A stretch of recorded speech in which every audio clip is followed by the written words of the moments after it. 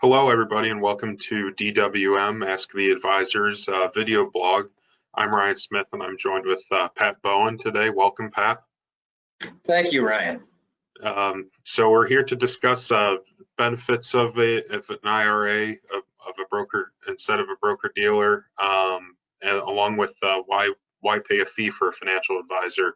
So this is meant to supplement a recent blog post, and I brought along Pat. And Pat, if you'd like to add any more comments to the blog and kick off the conversation here. Yeah, first let me endorse the blog that you wrote, Ryan. I thought it was excellent, and I think if somebody was contemplating hiring an advisor, it really answers a lot of the questions in detail. But maybe we can just summarize here. Why do we think it's worth paying a fee to an advisor, and how are we different from a broker dealer? So let me go through that briefly. There's many mousetraps. There's many ways to invest money. Then on one end of the spectrum, you can do it yourself. You can work with financial planners. You can work with a registered investment advisor. You can work with a broker dealer. And we think that the best avenue is to work with a registered investment advisor. Now, that might sound self-serving, right? But we had an option to structure ourselves in any number of those ways when we opened our doors. But we felt that the fiduciary standard that a registered investment advisor follows is a real distinguishing characteristic. And that is different from a broker dealer in that a broker dealer follows a suitability standard. Now, there's many very good broker dealers out there, but the suitability standard means that they just need to do what's suitable for the client. Whereas a fiduciary standard means we need to do what's in the best interest of the client. And that's on fees, investment opportunity, and fund managers' experience and tenure, the risk-reward trade-offs for the client. And so all of that is very compelling in our minds. And we think that following that fiduciary standard, being governed by the SEC the way a registered investment advisor is the best way to go. Yes, certainly. And that's one of the main benefits that I mentioned in the blog is the fiduciary standard that we operate and adhere to.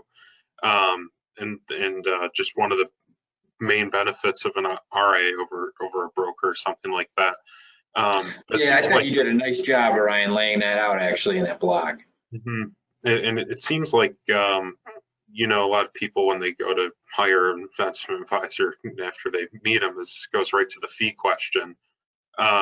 Would you say, what are a couple of key points you would make as to the fee justifying? I think clients shouldn't shy away from asking about the fee, right? You want value for the service. But here's why I think, I'll take the do-it-yourselfer and then broker-dealer model versus what we're doing here.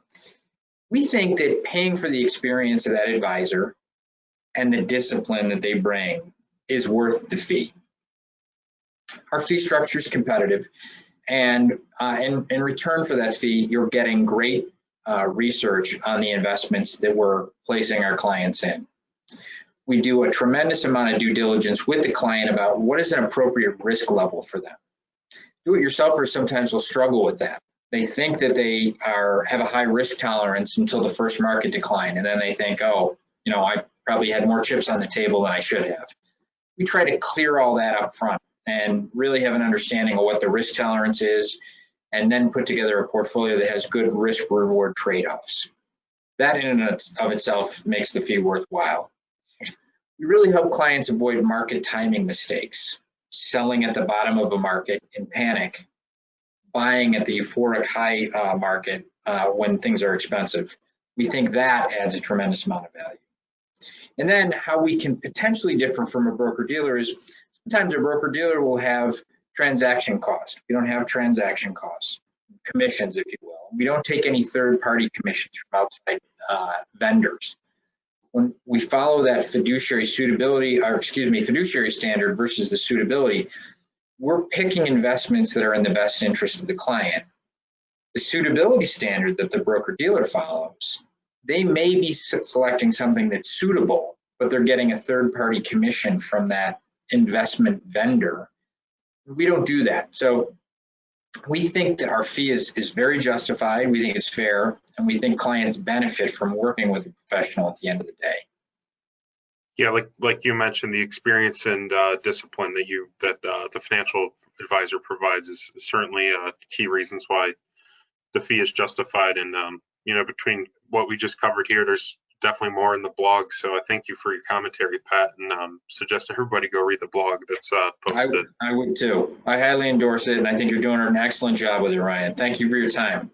Thanks, Pat. Thanks, everyone. Bye. Bye-bye.